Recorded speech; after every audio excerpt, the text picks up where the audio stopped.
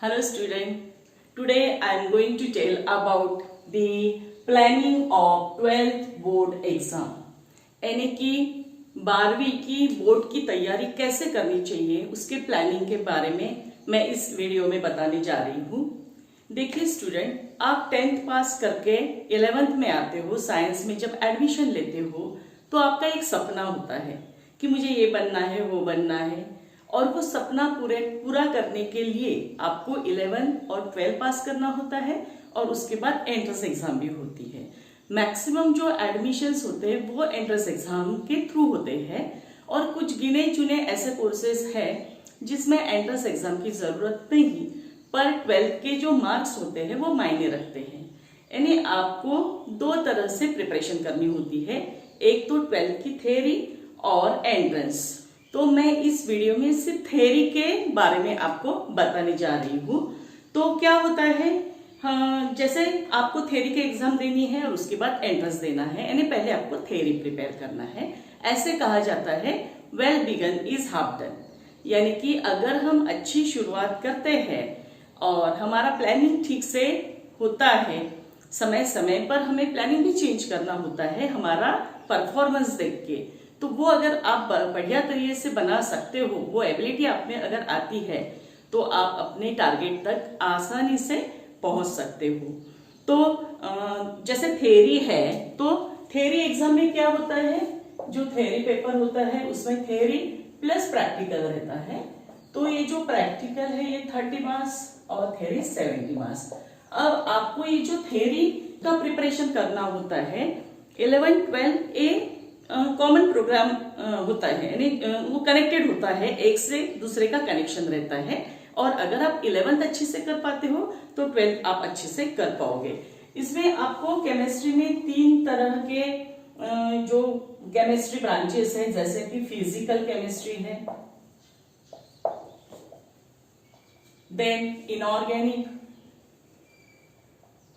Chemistry है और फिर ऑर्गेनिक केमिस्ट्री है। अब ये जो तीनों ब्रांचेस है, ये तीनों ब्रांचेस के डिफरेंट चैप्टर्स हमारे सिलेबस में इंक्लूड है, 11th में भी है और 12th में भी है। और अगर आपको ये चैप्टर्स 11th में अच्छे से समझ में नहीं आते, कंसेप्ट आपके क्लियर नहीं होती है, तो आप चाहे 12th का कितना भी पढ़ लो पर आपके दिमाग में कुछ भी जाने वाला नहीं। अगर आपको इलेक्ट्रॉनिक कॉन्फ़िगरेशन लिखते नहीं बनता है तो आप केमिकल बॉन्ड के बारे में नहीं बता सकते, आप उससे रिलेटेड ज्योमेट्री के बारे में नहीं बता सकते, या उससे रिलेटेड कोई भी जो टॉपिक है, कलर है, ये वो बहुत सारी चीजें होती है, वो आप नहीं बता पाओगे जो कि हमें 11th में पढ़ना है। ऐसे ही इनऑर्गेनिक के बारे में है, ऐसे ही ऑर्गेनिक के बारे में है। बच्चे बहुत पढ़ाई करते हैं 12th की, बट जब रिएक्शन लिखते हैं ना तो बॉन्डिंग पूरा गलत लिखते हैं, क्योंकि उन्होंने 11th की तरफ ध्यान नहीं दिया होता है। और जब हम एंट्रेंस एग्जाम फेस करते हैं तो ये चीजें तो बहुत ही मायने रखती है। सो कंसेप्ट क्लियरिंग ये फोकस होना चाहिए 11th में।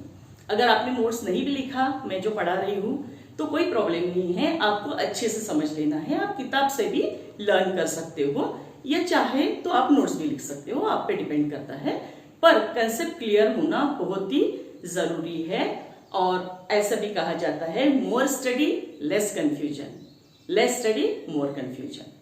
ये जो 11th 12th है ये एक दिन का प्रोग्राम नहीं है बच्चों, या ऐसे नहीं कि मैं एक महीने में फटाफट कुछ तो भी बता दूं और आपको बता दूं कि ये आप कर लो और आप एग्जाम पास हो जाओगे, ऐसा भी नहीं है।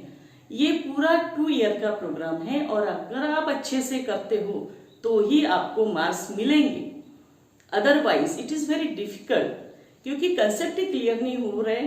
क्योंकि अंडरस्टैंडिंग, जैसे देखिए ये थ्योरी में क्या क्या होता है, ये तो हो गया अपना टॉपिक, पर थ्योरी में जो क्वेश्चंस आते हैं वो सबसे ज्यादा मार्क्स अंडरस्टैंडिंग को होते हैं, यानी कि इसमें आपको इंग्लिश का थोड़ा नॉलेज होना चाहिए और क्वेश्चन का अंडरस्टैंडिंग कि क्या पूछा है। ज्यादा लिखना नहीं होता है, कम लिखना होता है, क्वेश्चन बड़े होते हैं, आंसर छोटे होते हैं, यानी अंडरस्टैंडिंग। और वही थ्योरी का कनेक्शन फिर एंट्रेंस से रहता है कि थ्योरी अगर आपके बराबर नहीं हो रही तो फिर एंट्रेंस के क्या करोगे, कुछ भी नहीं समझेगा। ये तो बेस है, और एंट्रेंस के लिए अलग तरह का मैं बात बताऊंगी उसके बारे में अलग वीडियो में। तो इसमें अंडरस्टैंडिंग देखा जाता है। दूसरा देखा जाता है एप्लीकेशन बेस्ड, यानी कि आप जो पढ़ रहे हो उसके एप्लीकेशन आपको पूछे जाते हैं कि आप वो फार्मूला यूज करके कैलकुलेशन कर पाते हो, आप उसके बेस्ट कोई एग्जाम्पल दूसरा पूछते हैं तो आप बता पा रहे हो। ऐसे नहीं है कि आपको जो किताब में वैसे का वैसा आएगा, जैसे कि ऑर्गेनिक रिएक्शन में एक जनरल रिएक्शन किताब में दी हुई है, पर उस पे बेस्ड अगर आपको कोई भी उससे रिलेटेड ही रहता है, अगर आप 11th का अच्छे से करते हो तो आप कोई भी एग्जाम लिख पाते हो। और अगर आपको 11th का कुछ भी नहीं मालूम, अल्केन नहीं मालूम, अल्कीन नहीं मालूम, तो आप क्या पढ़ोगे? आप हाइड्रोजन डेरिवेटिव ऑफ अल्कीन कुछ भी नहीं पढ़ पाओगे। इसलिए ये बहुत ही जरूरी है कि आपको अंडरस्टैंडिंग, एप्लीकेशन और थोड़ा राइटिंग स्किल भी आपके पास होनी चाहिए। थ्योरी के लिए राइटिंग स्किल और एंट्रेंस के लिए राइटिंग स्किल का कुछ मीनिंग नहीं रहता, तो आपको ये चीजें ध्यान में रखनी है। सो प्लानिंग करते वक्त आपको क्या प्लानिंग करना है? 11th और 12th का 2 ईयर का प्रोग्राम का प्लानिंग करना है।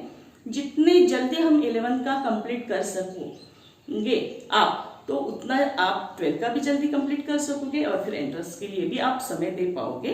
तो ये आपका प्लानिंग है, आपको प्लानिंग खुद करना है अपनी कैपेसिटी देख के कि मैं कितना कर पाऊंगा। हर बच्चे की सेम कैपेसिटी नहीं होती, तो आप टीचर का गाइडलाइन भी ले सकते हो और अच्छे से प्लानिंग करके उसको फॉलो करो। समय समय पर आपको उसे चेंज भी करना पड़ सकता है। और ऐसे कहते हैं as you sow as you right, यानी what you sow what you right as reap. ऐसे भी कहते हैं नहीं जो बोया वही पाया। ऐसे नहीं होगा कि हमने आम का पेड़ लगाया है और उसको करेले लग रहे हैं, ऐसा कभी नहीं होता। यानी आप जो करोगे उसका रिजल्ट आपको मिलेगा। बिना मेहनत के, बिना प्लानिंग के, बिना स्टडी के, बिना अंडरस्टैंडिंग के आपको अपने आप कुछ हासिल होगा, ऐसे कभी भी होने वाला नहीं है। पर अगर ये आप सब चीजों पे फोकस करोगे तो आपको डेफिनेटली बेनिफिट मिलेगा, फिर आपकी मेहनत कभी पानी में नहीं जाएगी।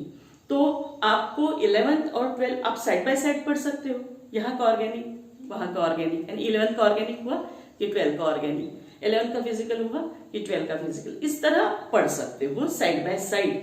और आपके कैपेसिटी के हिसाब से आप जितना जल्दी वो पढ़ाई करोगे उतना समय आपको रिवीजन को मिलेगा, उतना समय आपका कंफ्यूजन दूर होने को मिलेगा, उतना ही समय आपको एंट्रेंस के लिए मिलेगा। और अगर आप एंट्रेंस करते हो तो आपके कंसेप्ट बहुत ही ज्यादा क्लियर होते जाते हैं, जिसका बेनिफिट आपको थ्योरी में मिल सकता है। तो आपको रिवीजन के लिए पर्याप्त समय मिलना चाहिए, ऐसा आप प्लानिंग कीजिए। और राइटिंग प्रैक्टिस तो बहुत ही जरूरी है। हर चीज जो आप पढ़ रहे हो, जो समझ रहे हो, वो आपको लिख के देखना है, लिख के देखना और खुद वैल्यूएशन करके देखना, चेक करना, ये आदत आप अपने आप डाल दीजिए। तो इससे क्या होगा कि आपकी तैयारी बिफोर स्कूल और कॉलेज के एग्जामिनेशन के पहले होके रहेगी, जिसका बेनिफिट आपको मिलेगा। सो अगर आप ये इस तरह के सब चीजें ध्यान में रख के अगर प्लानिंग बनाते हो तो आपको तो रिजल्ट मिलना ही मिलना है। So all the best and be ready and do hard work and make planning and follow it. Thank you.